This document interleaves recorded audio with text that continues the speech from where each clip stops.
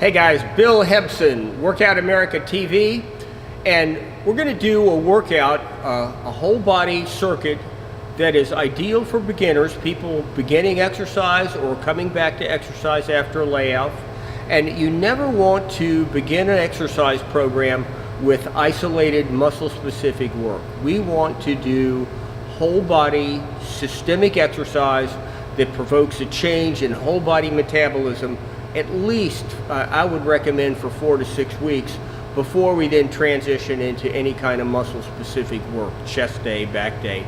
So this workout is dedicated to my sister Annie, who is beginning exercise again after a layoff. She's had some shoulder issues, rotator cuff issues. I'm rotator cuff deficient. So what I find is that the routine I'm going to recommend is very simple, whole body in nature, and you can do it in this gym even when it's crawling with people.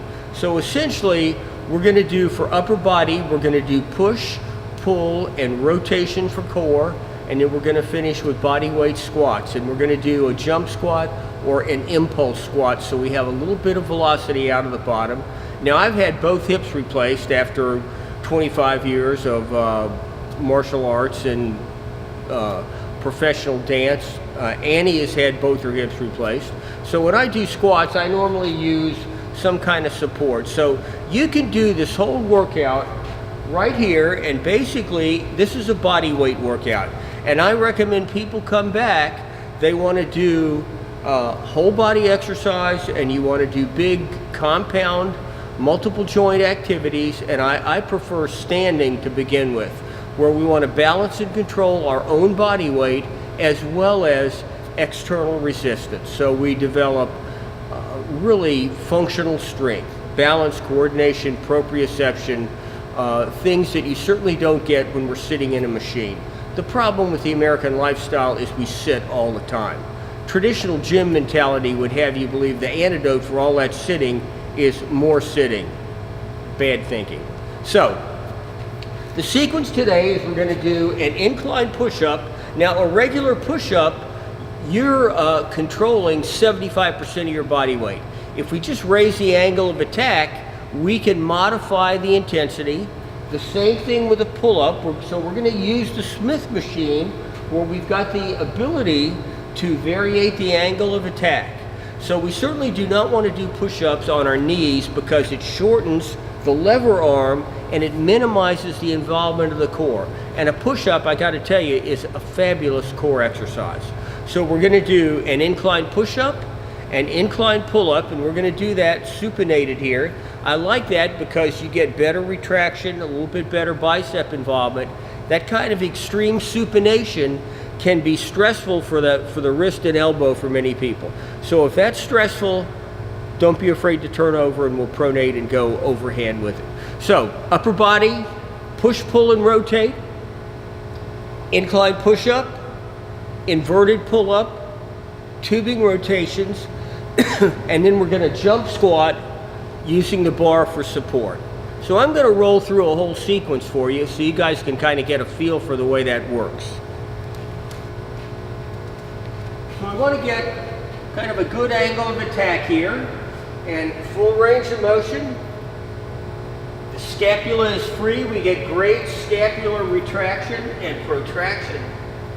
Good scapular mobility all the way through. And 10, 15, whatever's comfortable for you. Then we merely supinate the grip. We're going to roll it back. Right into a pull-up here. And these are great, by the way. Again, to make that more difficult, lower the angle of attack. To make it a little bit easier, you raise the angle of attack. From here, we're going to go right into a tubing rotation. I like to use these with mobility.